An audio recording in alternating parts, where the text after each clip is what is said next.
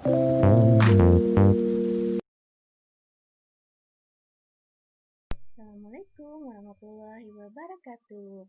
Hai, kembali lagi dengan Miss Rita Aryani.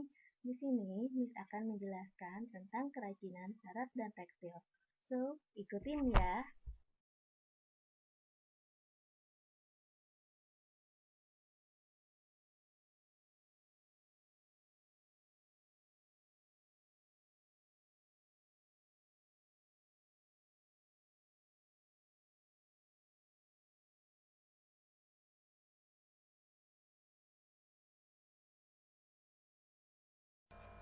Dalam bab ini, Miss akan menjelaskan tentang pengertian kerajinan serat dan tekstil, kedua, jenis-jenis serat, ketiga, sifat-sifat serat, keempat, karakteristik serat, kelima, jenis tekstil, keenam, sifat bahan tekstil, ketujuh, karakter bahan tekstil dan teknik pengolahan, kedelapan, jenis alat dan kegunaannya, kesembilan, keuntungan dan kerugian, ke-10, teknik kerajinan tekstil, dan yang terakhir adalah teknik penyajian.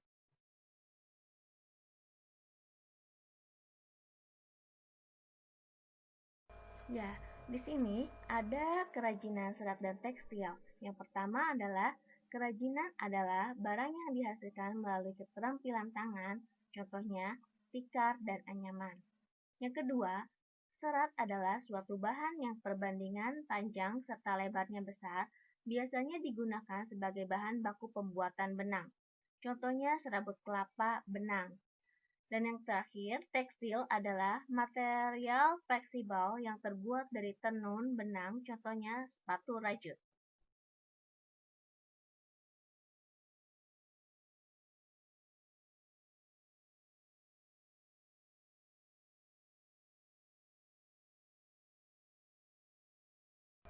Jenis-jenis serat.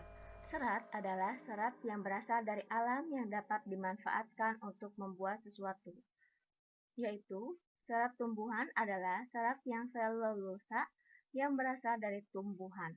Namanya serat adalah antara lain kapas, sumbernya dari biji buah kapas, kapuk berasal dari kapuk, goni berasal dari tangkai rami, sabut berasal dari sabut kelapa, dan pina berasal dari daun nanas. Yang kedua adalah serat hewan. Serat hewan adalah serat yang protein yang berasal dari hewan. Nama seratnya dibagi menjadi ada 3, yaitu wool berasal dari domba, sutra berasal dari ular sutra, bulu berasal dari hewan berbulu. Yang ketiga, serat mineral. Serat mineral adalah serat yang silikat magnesium dan kalsium. Contohnya serat asbes yang berasal dari varietas batu. Yang kedua yaitu adalah serat buatan manusia adalah serat yang dibuat manusia untuk dimanfaatkan sebagai bahan membuat sesuatu. Contohnya adalah serat polimer alam bersumber dari bahan kartun atau kayu yang diperoleh dari alam.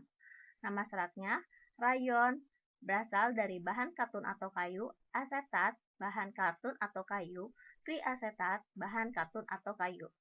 Yang kedua adalah serat polimer sintetis, berasal dari bahan petrokimia. Nama seratnya adalah nilon, polister, akrilik, spandex, polikarbonat. Sumbernya yaitu dari polimida alfatik, alkohol dihidrat dan asam tirefalat, akrilonitril, poliuretan, asam karbonat. Yang ketiga yaitu serat mineral berasal dari anorganik. Nama serat adalah kaca, berasal dari pasir silika, batu kapur, keramik, aluminium atau silika, dan grafik karbon.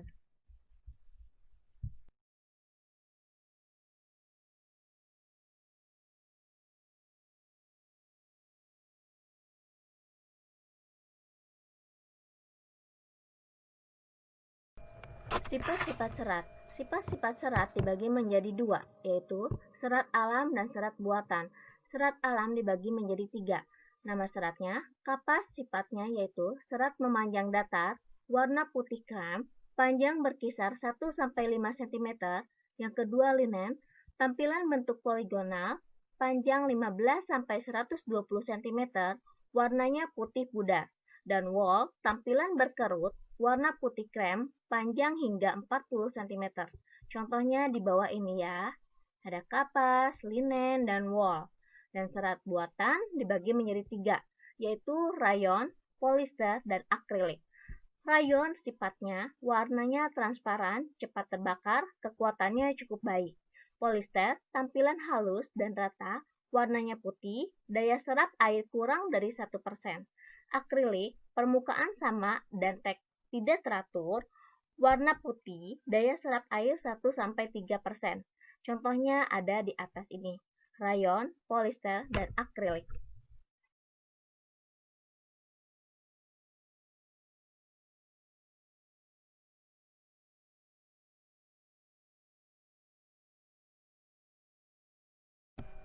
Lanjut, karakteristik serat.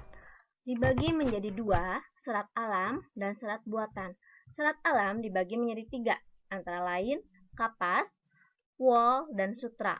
Kapas terasa nyaman dan lembut, daya elastisnya rendah, rentan terhadap kerutan. Wool cukup elastis, mudah menyerap lembab, menyatu dengan suhu tinggi. Dan sutra, teksturnya licin dan berkilau, ringan dan kuat, dan tingkat elastisitasnya lemah. Yang kedua adalah serat buatan. Dibagi menjadi 3, yaitu rayon, nilon, dan polister. Rayon, karakteristiknya adalah lembut dan halus, elastisitasnya rendah dan berkilau. Nilon, tingkat elastisitasnya tinggi, tahan lama karena kuat, tahan terhadap jamur dan serangga. Dan yang ketiga, polister, kekuatannya baik, tingkat penyerapan air rendah, lunak jika dipanaskan.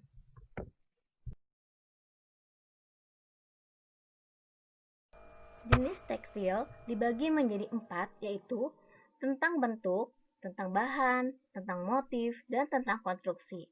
Bentuk dibagi menjadi 3, serat staple, serat filamen, benang kain produk jadi. Yang kedua, tentang bahan, yaitu serat alam, serat sintetis, serat campuran. Yang ketiga, tentang motif, berwarna putih, berwarna dan bermotif atau bergambar.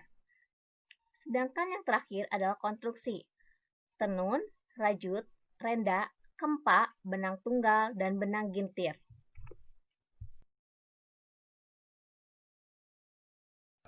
Ya, sekarang kita akan membahas tentang sifat bahan tekstil, dibagi menjadi 4, yaitu katun, wool, sutra, dakron, polister, dan nilon.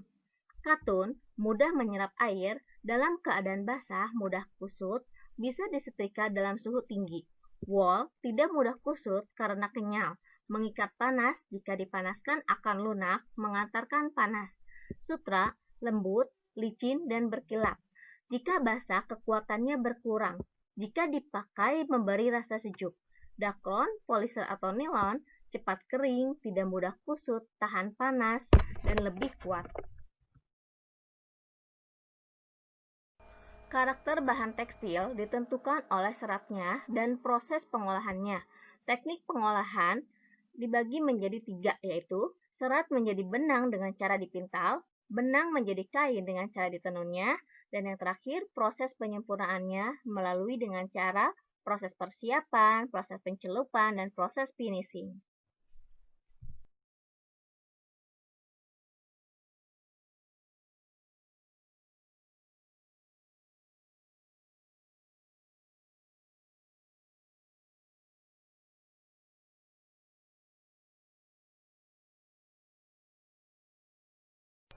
Lanjut dengan jenis, alat, dan kegunaannya. Dibagi menjadi 2, yaitu alat utama dan alat penunjang. Alat utama dibagi menjadi 5. Mesin jahit berfungsi untuk menjahit tekstil. Yang kedua, alat-alat jahit berfungsi untuk membantu dalam proses menjahit, contohnya jarum jahit dan benang. Yang ketiga, gunting berfungsi untuk memotong kain atau pola yang akan dibuat. Yang keempat, pita ukur berfungsi untuk mengukur sesuai dengan ukuran yang dibuat. Dan yang kelima, papan landasan berfungsi untuk membantu proses menjahit. Yang kedua adalah alat penunjang, dibagi menjadi 5. Mata itik berfungsi untuk membuat lubang pada tekstil. Yang kedua, lem berfungsi untuk merekatkan sesuatu. Yang ketiga, lilin bakar berfungsi untuk merapikan tepi jahit. Yang keempat, pemidangan berfungsi untuk mengunci kain yang akan dijahit. Dan yang kelima adalah jarum T, berfungsi sebagai alat bantu jahit. Contohnya di bawah ini ya. Ada mesin jahit, jarum dan benang, gunting, pita ukur, papan landasan, mata itik, lem, lilin bakar, pemidangan, dan jarum T.